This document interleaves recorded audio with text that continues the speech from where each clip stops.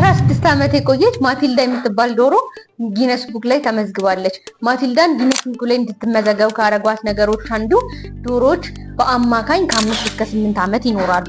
ለዛም ማቲልዳ ከፍ ያለ እድሜ በመባል ጊነስ ቡክ ላይ ልትመዘገብ ትችላለች።